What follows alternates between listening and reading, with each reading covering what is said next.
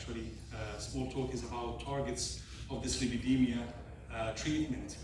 We have many gaps in cardiology, and as well many gaps in the field of dyslipidemia, including diagnosis and risk stratification, treat to target, and what's meant by treat to target. Is it a numerical target or evidence target? Because some of us is only driven to the evidence, others only driven to the numbers. We have to be driven for both pathways. And patient compliance. Patients cannot leave their antihypertensive medications or diabetic medications because they know that their blood pressure will be elevated and they feel some symptoms about that. However, dyslipidemia, if they leave medications for sometimes, okay, they will not have something bad about themselves, but suddenly they might collapse and pop up to the ER. So it's important to encourage the patient compliance, taking especially polypill medications.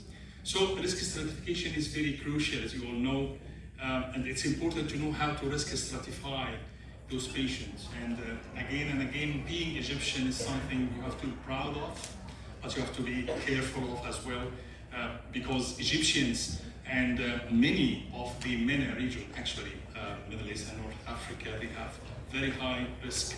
And sometimes if you are just above 40 years of old and might be a smoker, only smoker, no other risk factors, you might be entitled to moderate to high risk. Okay, so we don't have one number to be standardized for each patient. What fits Mr. X might not fit Mr. Y, for example. So some patients, we need their LDL to be lower than 116, and this is for maybe patients with low risk score who doesn't have any risk factors. However, in patients with moderate risk factor, they have their LDL should be less than 100.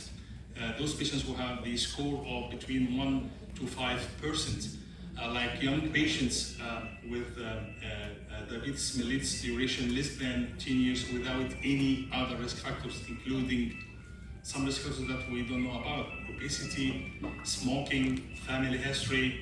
We might be not fully aware of those risk factors, but we have to actually.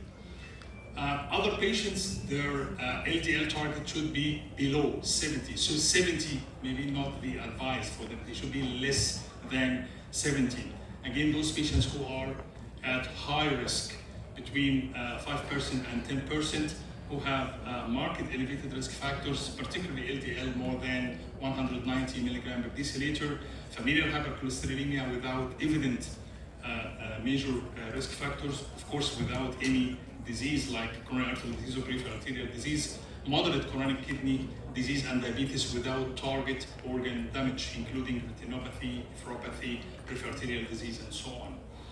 Then we move to the very high risk patients, and we have actually extremely high risk patients. We need those very high patients who have the disease. They have documented atherosclerotic cardiovascular disease, actually either clinical or subclinical. We have to be aware that it might be subclinical, but they have evidence of cardiovascular disease. Their score is more than 10%, and we should keep their LDL less than 55 milligram per deciliter.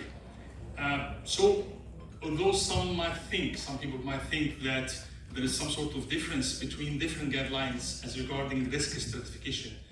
However, some important cornerstones are there, that diabetes, for example, being diabetic puts you in a high risk, actually moderately high to extreme high risk. Not all diabetics have the same risk. Diabetic smoker, even without cardiovascular disease, is different from diabetic smoker with peripheral arterial disease, because this will move him from moderately high to extremely high version.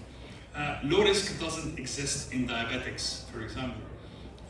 Cardiovascular risk classification in people at moderate or high risk, like using the calcium risk score or like carotid duplex, is important for diagnosis subclinical atherosclerosis.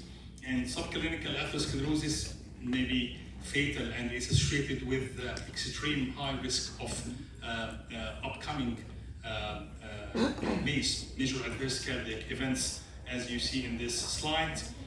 We have some patients that, as I said before, we need their LDL target to be less than 55 or less than 70 according to the risk. But however, we should keep in mind that for those patients with high or very high risk or extremely high risk, we should keep LDL less than 50% from the initial LDL at the event. So if we have a patient with myocardial infarction, for example, and his LDL is 70, so our target within 6 to 8 weeks, maybe 6 weeks only, is to be less than 50% from the initial LDL, which here will be 35 milligram per deciliter. So it's no longer to be like less than 55 milligram per deciliter. So we have two important endpoints. The lower is the better for those patients, actually. So here we have Mr. Ahmed, 60 years old, diabetic, 10 years, hemoglobin A1C is high, 7.5. Blood pressure is okay, LDL 115. This number looks a benign number, but it's no longer benign for this patient. What fits Ahmed doesn't fit M or X. So he's a smoker as well.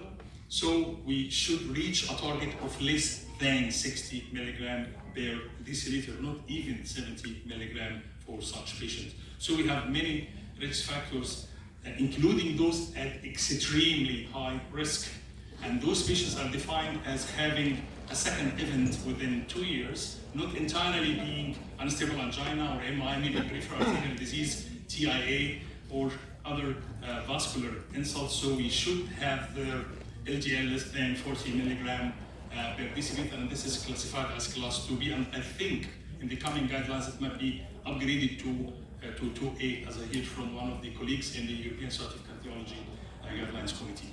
So this is how the European Society of Cardiology, European Association of Atherosclerosis treatment algorithm for pharmacological LDL lowering. So we have to assess the total cardiovascular risk, baseline LDL levels, indication for drug therapy. If the patient is indicated for drug therapy, we have to define the treatment goal, as I said before. Is it less than 100, less than 70, less than 55, or less than 40 milligram per deciliter? We should initiate therapy, initiate health education program. If we reach the target, that's fine, within 6 to 8 weeks. If we didn't reach, we have to add ezetimibe. If LDL target is reached, that's fine. We have to follow up. If not, we have to add PCSK9 inhibitors as secondary prevention for very high risk, or primary prevention in patients with familial hypercholesterolemia and another major risk factors who have a very high risk. Familial hypercholesterolemia is overlooked in our country and in many other adjacent countries and many regions, which means it's underdiagnosed. So we have to know the standard criteria, which is possible, which is probable, and which is definite familial hypercholesterolemia.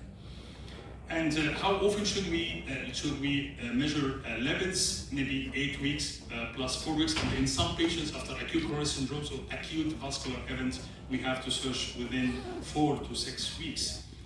So in these guidelines, the difference between 2016 to 2019, we'll find that LDL goal, although it's important, but if it's not achieved by maximum tolerated dose of statin, combination therapy with ezetimibe is indicated. Then for secondary prevention, we can add PCSK9 inhibitors, and for primary prevention, especially in patients with familial hypercholesterolemia and other risk factors. Is lower is better? The answer shortly is yes. The lower is the better.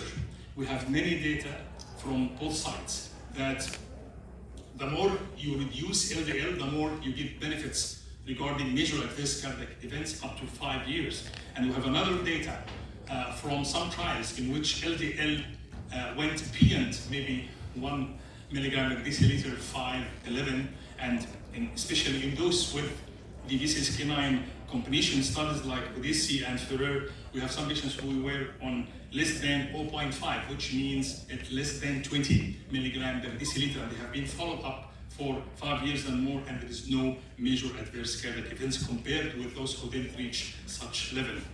This very nice explanatory slide shows that earlier is better, so lower is better. And just 2 minutes, I'm about to finalize, if you don't mind, Mr. Chairman. So if we start early, this will prevent cardiovascular events, and we might reach even the age of 100 years, as Jeannie Pronwell stated in the ECC last year. So longer is better. So lower is better, longer is better, earlier is better. That's very important in management of this lipidemia. So there are so many common features between guidelines in management of dyslipidemia, but my key take-home point is that risk stratification is very important. When you see a patient with dyslipidemia, don't think about the number, think about the patient. That's very important. Some patients, your goal is less than 70, others less than 55, or even less than 40. And remember that early is better, longer is better, lower is better. And for lower is better, you may have to start with intensive therapy, especially in patients with high to very high or extremely high risk. And thank you very much. Thank you very much, Professor Ahmed. We're going to keep the discussion to the end of the